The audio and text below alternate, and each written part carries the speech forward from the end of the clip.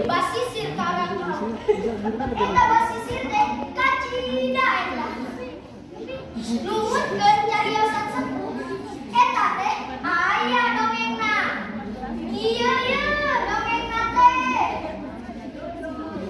kacaritakeun Rameswari Prabu Mundingwati ngagaduhan putra istri anu geulis kawati-wati endah kabina-bina jenenganana putri kadita bahkan geulis kita putri teh disebutna Dewi Srangenge lantaran lalaina cahayaan kawas panempoe teu kantos lami Kanjeng Raja kagungan deui putra pamuga mugu eta menteri selir nu jenenganana Dewi Mutiara. Dewi Mutiara yakin sanajan putrana pamuget salila aya keneh Rameswari sareng Dewi Srangenge pamohalan bisa jadi raja. Teu aya di jalan Rameswari sareng Dewi Srangenge kudu disingkirkeun ti karajaan. Kang beneran aya nu ngabejaan ditutukan gunung Parahu aya hiji tukang tenung sakti. Atuh gancang ku Dewi Mutiara teh ditepungan sabari nyaritakeun niatna nyaeta arep nyingkirkeun Rameswari katut Dewi Srangenge.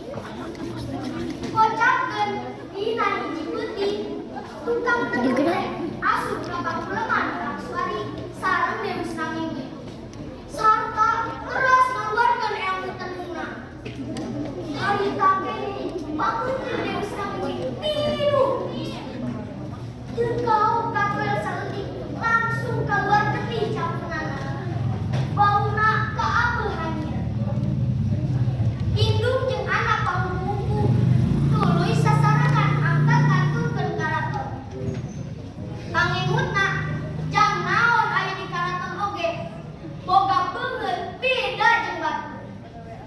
Tibatan diusir ku Kanjeng Raja mending hireulaan inding ti karaton. Duaan akruk-akrukan temuku nu dituju dugi kajog ka hiji patakaan puguhan Pandita Sakti. Pribumi langsung kuningat saha awewe samping teh. Tuluy ku anjeunna diangkeun malah dianggap putra jeung putu. Unghan jakal Ki Pandita teu tiasa malandoman panyawatna dugi ka Rameswari. Sabarang dikatur pupus ku ibuna Dewi Srangenge raskeun lalampahanana bilarian landong kanggo panyawatna. Teu puguh nu dijunjung saban ngalampungan leuweung anjeunna ngarep-ngarep paot diangkat sato galak. Tapi sakitu minder pasarandog boro-boro aya nu daek kahakan kalah pageula-geulan deui. Duka pedah teu tegaeun duka teu kuat ngambeu bauna. Hiji mangsa Dewi Srangenge